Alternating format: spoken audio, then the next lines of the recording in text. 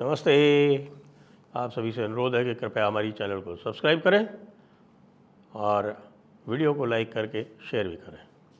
हम लोग सब जब अमेरिका की बात करने में व्यस्त थे तब पीछे से एक बड़ा डेवलपमेंट हुआ है। एक बड़ा काम ये हुआ है कि जो जेपीसी थी वक्फ की, वो चली गई कर्नाटका, और वो कर्नाटका में उन सभी किसानों से मिल रही है जिनको कि वक्फ बोर्ड ने, कर्नाटका वाले ने नोटिसेस इशू कर दिए थे। जी हाँ, जैसा कि पहले भी हम चर्चा कर चुके हैं कि कुछ दिनों से कर्नाटका का जो वक्फ बोर्ड है वो हाइपर एक्टिव है। वहाँ एक जमीर अहमद नाम के एक कट्टर मौलाना जो हैं वो माइनॉरिटी के मंत्री बनाए गए हैं।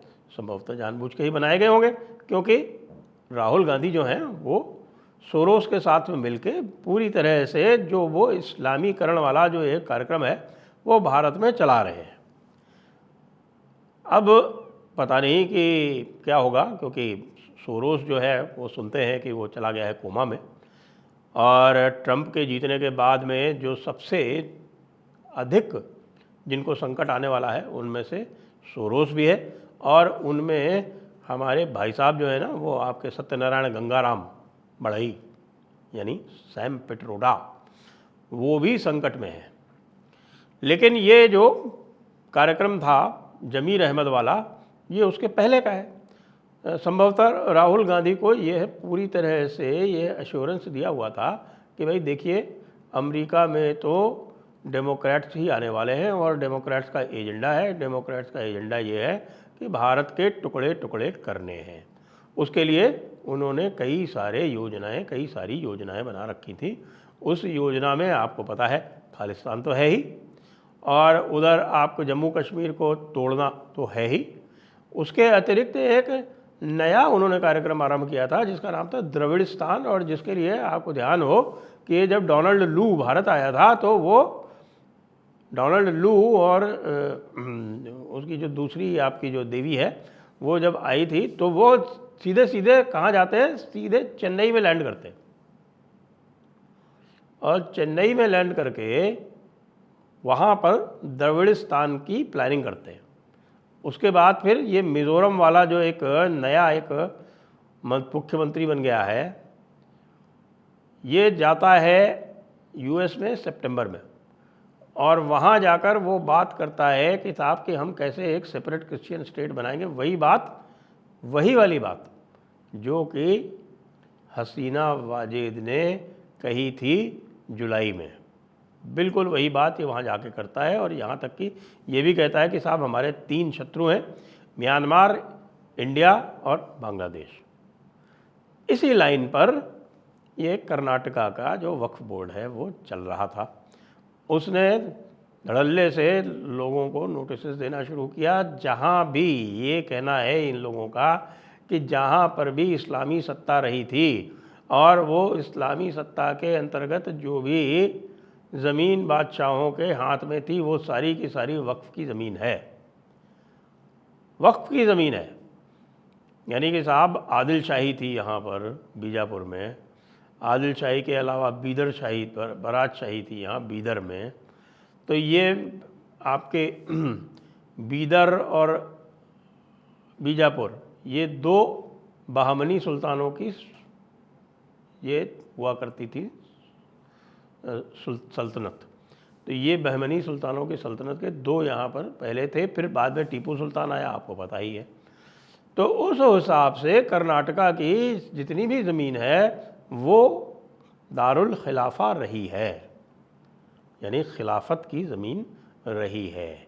अब वो खिलाफत की ज़मीन के बारे में जो सिद्धांत है वो ये है कि एक बार कोई ज़मीन दारुल खिलाफा की हो जाती है तो फिर वो पूरी की पूरी ज़मीन इस्लाम की ही होती है, उस पर और कोई काबिज़ नहीं हो सकता। बस यही सिद्धांत ये लोग फॉलो कर रहे हैं। अब बीदर में किला है साहब, बीदर का जो किला है बारातशाहियों का, उसमें कोई 17 कोई ऐसे मॉन्यूमेंट्स हैं। एएसआई संरक्षित है, संरक्षित एक मॉन्यूमेंट है बीदर का किला, और बीदर के किले के संरक्षित मॉन्यूमेंट के अंदर ये कर्नाटका वक्फ बोर्ड जो है वो 17 बिल्डिंग्स जो हैं, बिल्डिंग्स या आप उनको कह लीजिए मॉन्यूमेंट्स या कोई अलग अलग तरह की जो भी बिल्डिंग्स हैं उनको वक्फ प्रॉपर्टी घोषित कर देता है। और जैसा मैंने आपको बताया, वक्फ प्रॉपर्टी घोषित करने के लिए किसी नोटिस की आवश्यकता है कुछ नहीं। आप बस एक अपना सर्वे कीजिए, खुद का सर्वे, और खुद का सर्वे करके खुद के रजिस्टर में उसको अंकित कर दीजिए वक्फ प्रॉपर्टी, वो वक्फ प्रॉपर्टी हो गई। उसके बाद जो है वो दूसरे लोग जो है वो आपसे लड़ाई करें, आप तो उसके काबिज हो गए। उसके बाद फिर क्या होता है, जिस तरह से किसानों का होता है, ये तो एएसआई का है, तो एएसआई तो फिर लड़ेगी, तो वो उसके पास जो है वो साधन है, सरकार का फंड है, सरकार की तरफ से वकील खड़े हो जाएंगे, वो सब हो जाएगा। लेकिन किसानों के लिए क्या होता है कि अगर उनकी ज़मीन एक बार वक्फ में एंट्री हो जाती है तो उसके ऊपर जो आपका जो काश्तकारी का जो रिकॉर्ड होता है, जो लैंड रिकॉर्ड होता है, उसमें उनके खाते के सामने लाल निशान लग जाता है। उसके बाद ना तो वो उसके ऊपर लोन ले सकते हैं, ना उसको वो बेच सकते हैं। अब ये इतनी बड़ी समस्या है जिसके लिए आप जानते हैं कि इतना हल्ला गुल्ला हुआ, लेकिन उसके बाद भी ये मान नहीं रहे। उसके बाद भी इधर उधर जो है वो हजारों एकड़ ज़मीन को इन्होंने नोटिस इधर उधर दे रखे हैं। हालांकि अनाउंस किया है हमारे सिद्धरमैया जी ने कि वो जितने भी नोटिस हैं उनको वापस लेंगे। भाई वापस आप कैसे ले लेंगे? ये जो है केवल एक आई वॉच है। सरकार नोटिस वापस कैसे लेगी? जो वक्फ एक्ट के आजकल जो अभी जो वक्फ एक्ट जो चल रहा है, जब तक उसमें अमेंडमेंट नहीं हो जाता, सरकार के पास कोई ज़रिया नहीं है कि वो नोटिस वापस लेके और वो ज़मीन जो है वो जो ओनर है उसको रिस्टोर कर सके।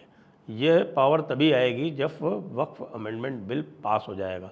तो वक्फ अमेंडमेंट बिल का तो ये विरोध कर रहे हैं, और दूसरी तरफ कह रहे हैं ये एक गप छटाका चला रखा है इन्होंने कि ये नोटिस वापस ले लेंगे। वक्फ एक्ट के अंतर्गत एक बार ज़मीन दर्ज हो गई उनके रजिस्टर के अंतर्गत, तो कोई तरीका नहीं है ट्राइब्यूनल में जाए बिना। इवन सरकार के लिए सरकार भी कुछ नहीं कर सकती, सरकार को भी ट्राइब्यूनल में जाना पड़ेगा। जी हाँ, वक्फ बोर्ड सरकार से अधिक पावरफुल है।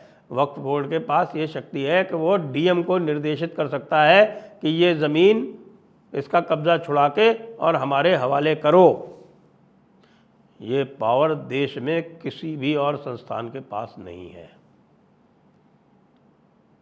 आपको ध्यान है, एक बड़ी अजीबोगरीब बात कही थी ओवैसी ने कहा था कि भाई वक्फ बोर्ड में गैर मुसलमानों को क्यों डाला जा रहा है, तिरुपति में क्यों नहीं डाला जाता? जो टीटीडी है, तिरुमला तिरुपति देवस्थानम बोर्ड, तो टीटीडी बोर्ड में क्यों नहीं डाला जाता? और उसका उत्तर जो नायडू साहब हैं वहाँ के, जो उसके अध्यक्ष हैं, उन्होंने कहा कि इस ओवैसी का दिमाग ख़राब हो गया। उन्होंने कहा Waqf board is a real estate firm. Waqf board जो है वो ज़मीन कब्ज़ा करने का एक बोर्ड है, कब्ज़ाधारी बोर्ड है, ज़मीन का धारक रियल एस्टेट फर्म है, ये बोला उन्होंने। और तिरुमला तिरुपति देवस्थानम बोर्ड जो है वो एक मंदिर है। मंदिर के पास किसी दूसरे की ज़मीन हड़प करने का, उसके ऊपर निशान लगा के अपने रजिस्टर में अंकित कर लेने का कोई प्रावधान नहीं है। जी हाँ, देख लीजिए आप, चाहे टीटीडी एक्ट देख लीजिए, चाहे किसी भी मंदिर का एक्ट देख लीजिए, चाहे HRC जो एक्ट बना हुआ है तमिलनाडु में और बाकी दूसरे जो दक्षिण के राष्ट्र हैं उनके सबके आप देख लीजिए, किसी भी एक्ट में जो मंदिरों को गवर्न करता है उनके पास कोई भी शक्ति नहीं है कि वो किसी दूसरे की ज़मीन हड़प लें। उनकी ज़मीन पे भी कोई इंक्रोचमेंट हो जाता है तो उनके पास एक ही जरिया है कि वो सिविल कोर्ट में जाएं। किसी भी मंदिर की ज़मीन पर इंक्रोचमेंट होता है तो उसके पास सिविल कोर्ट जाने के अतिरिक्त और कोई उपाय नहीं है। वक्फ बोर्ड का मामला ही अलग है भाई। ये तो मुगलिया जो राज था ये उस हिसाब से व्यवहार कर रहे हैं कि साहब हमारा राज है और हमारे लिए स्पेशल पावर, स्पेशल प्रिविलेज रहेगा, हम जिसकी ज़मीन पे हाथ रख देंगे वो हमारी हो जाएगी। तो ये भूल गए कि भाई अब राज नहीं रहा मुग़लों का। इसीलिए जगदम्बिका पाल जी ने ये विशेष इनिशिएटिव लिया है कि वो घूम घूम के सारे किसानों से बात कर रहे हैं, उनकी व्यथा समझ रहे हैं, जो रिकॉर्ड पे जो सारी चीज़ें हैं वो नोट कर रहे हैं। अर्थात ये जान लीजिए कि वक्फ अमेंडमेंट बिल निश्चित पास होगा, विशेषकर अब इसलिए क्योंकि देखिए अभी तक हमारे जो प्रधानमंत्री जी जो है ना, वो अंतर्राष्ट्रीय दबावों के प्रति बहुत सजग रहते हैं और उसी के कारण कई सारे एक्शन वो टालते रहते हैं। लेकिन ट्रंप के इलेक्ट हो जाने के बाद अब उनके ऊपर कोई प्रेशर नहीं रहा, ये समझ लो राहुल गांधी जी। बल्कि प्रेशर तो अब आपके ऊपर आ गया है, आपके सत्यनारायण गंगाराम बढ़ई के ऊपर आ गया है। कोई प्रेशर अब है नहीं। तो अब ये वक्फ अमेंडमेंट बिल 100% पास होने वाला है, एक बात।